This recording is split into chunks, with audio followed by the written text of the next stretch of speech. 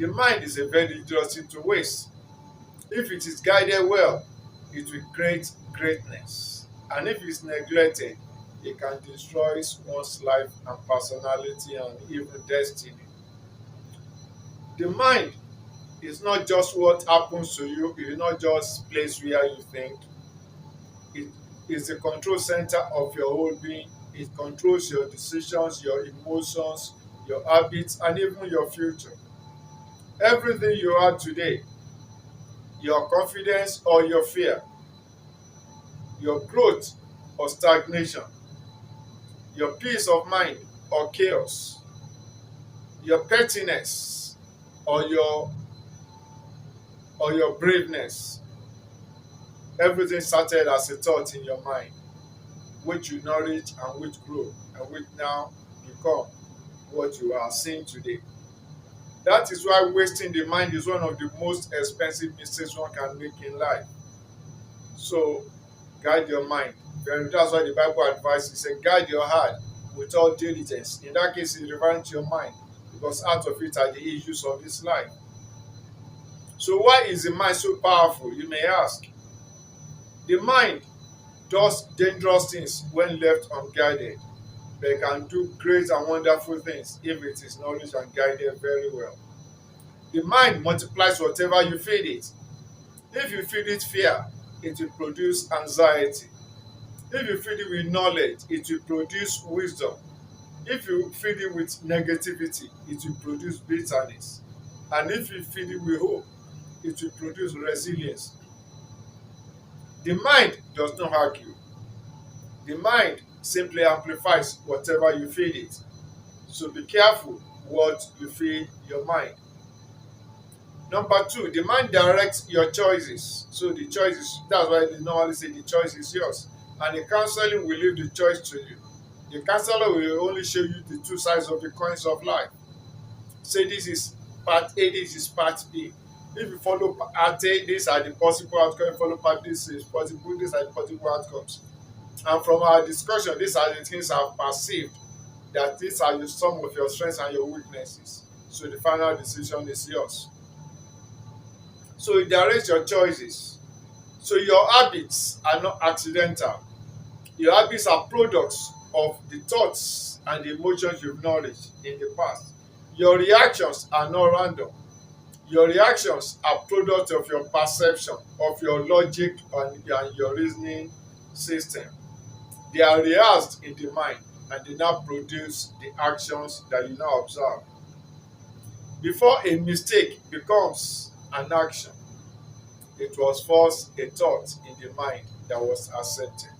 That was, why did you do that? You will have seen that you have thought about it, but your decision was faulty. Your mind shapes your destiny. You don't become what you wish for, you become what you work for. You become what you consistently think about. That's why Zig Ziglar says, if you say you can, then you can. If you say you can't, you can't. That is why the willpower is very strong. If you say you are there, you are ready. If you say you are there, you are useless. But if you say, well, I am a full-blooded human being, I have a great and bright future, then your future is awaiting you. So don't kill yourself before your time. So how do people waste their mind? Most people don't waste their mind deliberately. They waste it carelessly. And number one, by constant mental junk. So what do you feed your mind? Right? Endless gossip. What is gossip? When you talk about things that do not matter, does not add positive values to you, talking about weakness and shortcomings of other people, backbiting, maligning, that does not add value to you. It does not add a plus to you. It does not add to your promotion, to your growth and development. So those are junk things. That's why you have to be careful the kind of crowd you move with, the kind of people you run with. Mindless scrolling. You just get your phone and you scroll through. You after watching Facebook, you go through Snapchat, and before you know it, the day is gone. And what do you watch there? You walk junk skits and so many things that do not add value to you. What are you learning from them? except junk, things that don't add value to you. So whatever is not adding positive value to your life is junk. Even comedy shows always have underlining facts and truths to learn. They entertain, right? But if you look carefully, you listen carefully, you need to pick one or two messages from the jokes. So negative conversations. That's why they say, he that run with the the sheep that run with the wolf will learn to howl. The sheep that lies with the dogs will end up with fleas. And in southwest Nigeria, we say the sheep that walks about with the dogs will learn to eat faces. And the book of Wisdom also says, he that walks with the wise will be wise, but the companion of fools shall be destroyed. So who do you want? Who are your companions? Who do you engage in conversations? What do you even talk about?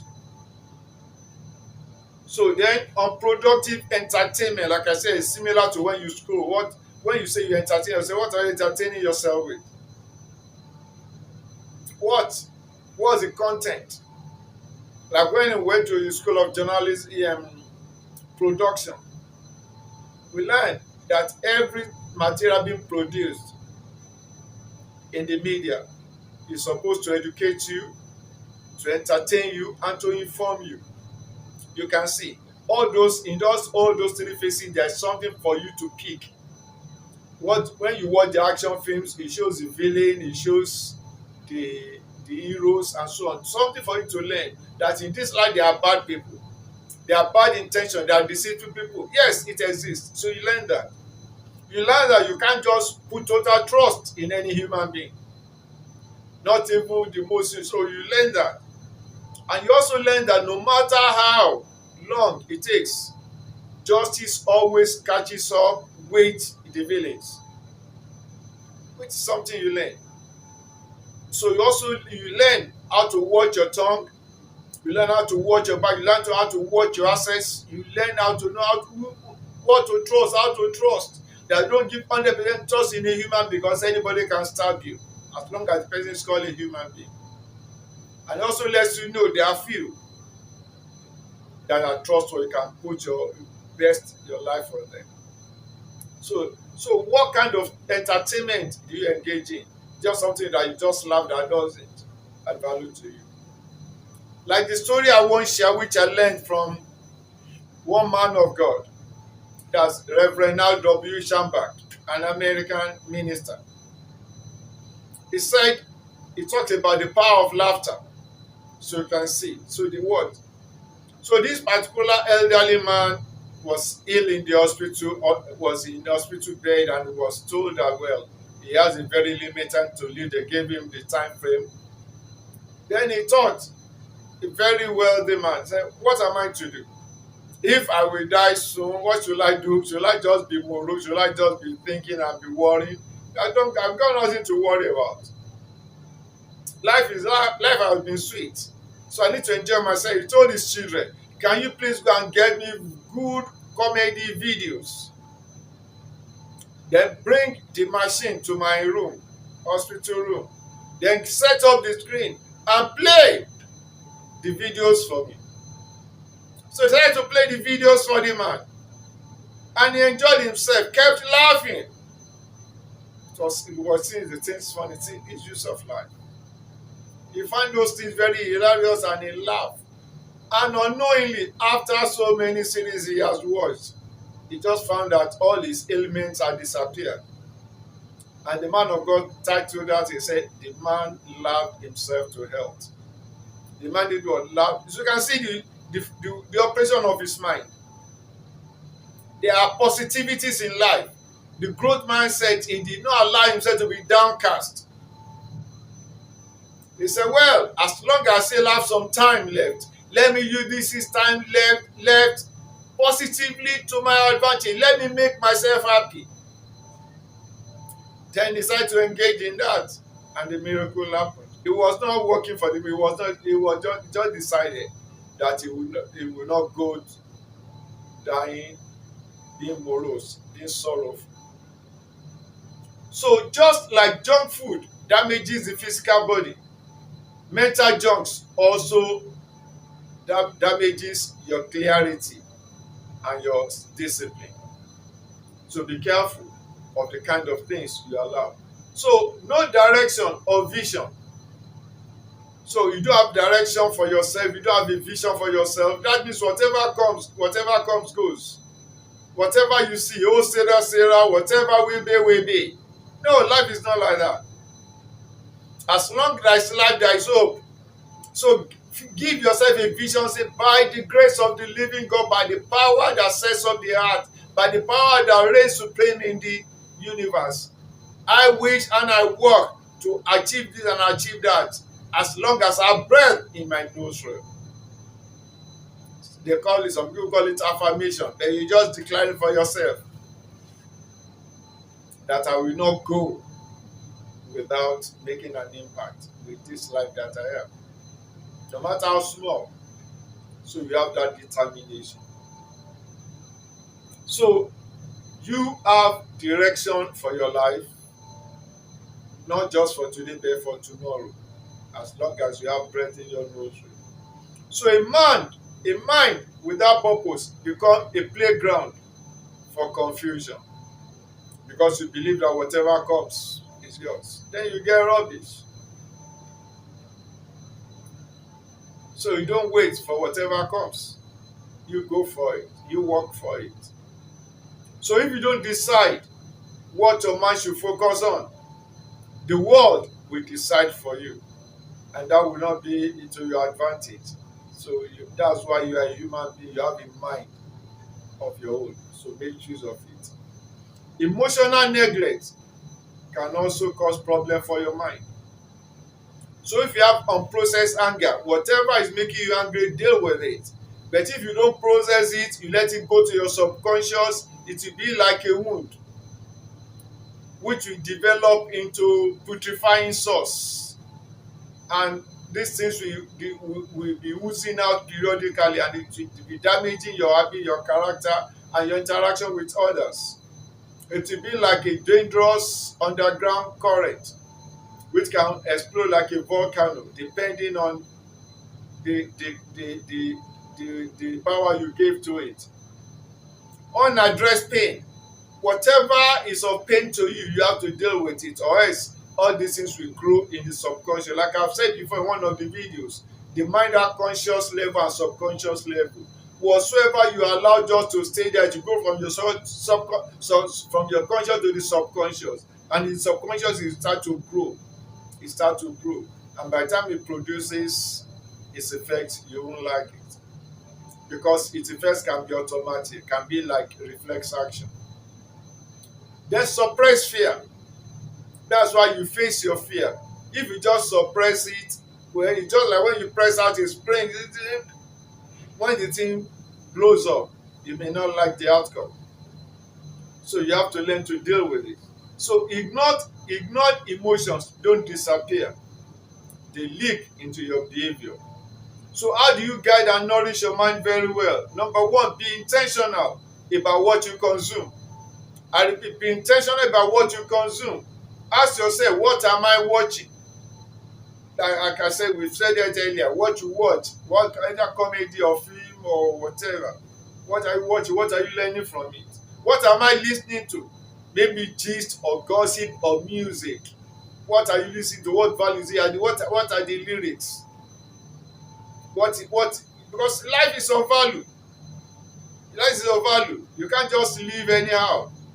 Yeah, and anyhow life will not end up well. So you are a man or a being of purpose. So what am I thinking about? You have to always be conscious of your thought pattern. Don't allow negative thoughts to stay too long in your mind. It's dangerous. So your mind is always learning, consciously and unconsciously. That's why you have to be careful of your environment. You're looking at things like this, you are seeing them, your mind is recording them like a super tape recorder. Like the security cameras in the stores, they just record whatever they see, whether it's goat or dog or sheep or human being, whatever, or vehicle passing, depending on their location. They record everything.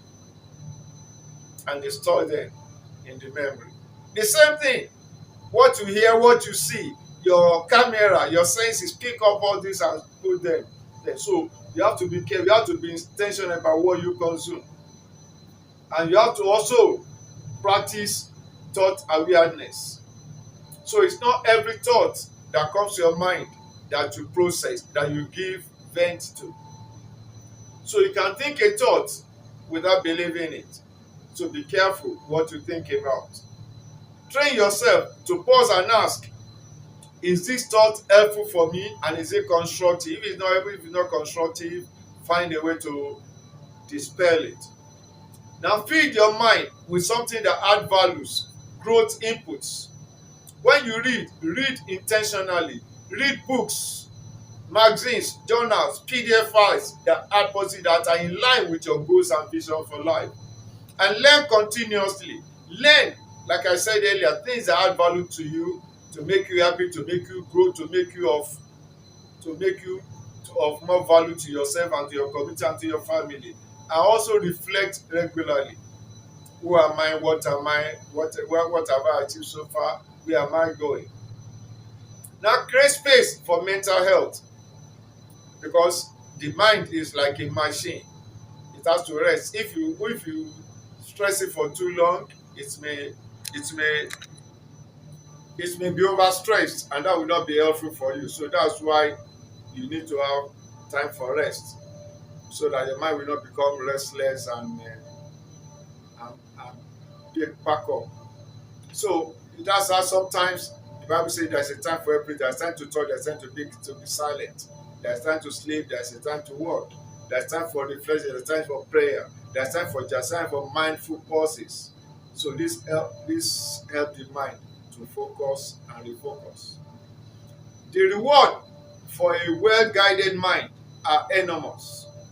When the mind is guided well, you respond to situations without react to respond and to react. No, see, when you respond, that means you have already thought about the events. Then whatever you are doing will be calculated, will be well thought out, and will be focused, will be directional.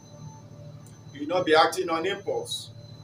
You grow instead of stagnating, because you have been able to map out logically the events, and you work them out in line with your goals. Now, in this case, you are able to choose wisely instead of impulsively.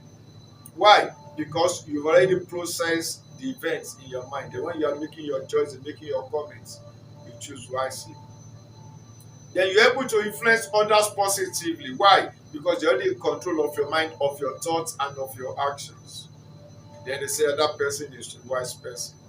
It's not because it's just that you are being reasonable, because you work well on your mind. So your mind is not a playground. Your mind is a powerful machine, a powerful instrument. It's the very essence of your being, controls your being. So guide your heart with all diligence, for how to be at the issues of life. Don't allow anybody to waste your mind, and don't waste it by yourself.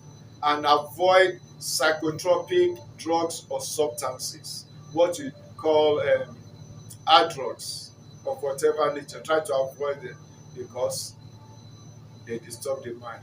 Thanks for reflecting with me on this Biblical reflection. Subscribe, share your comments, and give thumbs up. God bless you.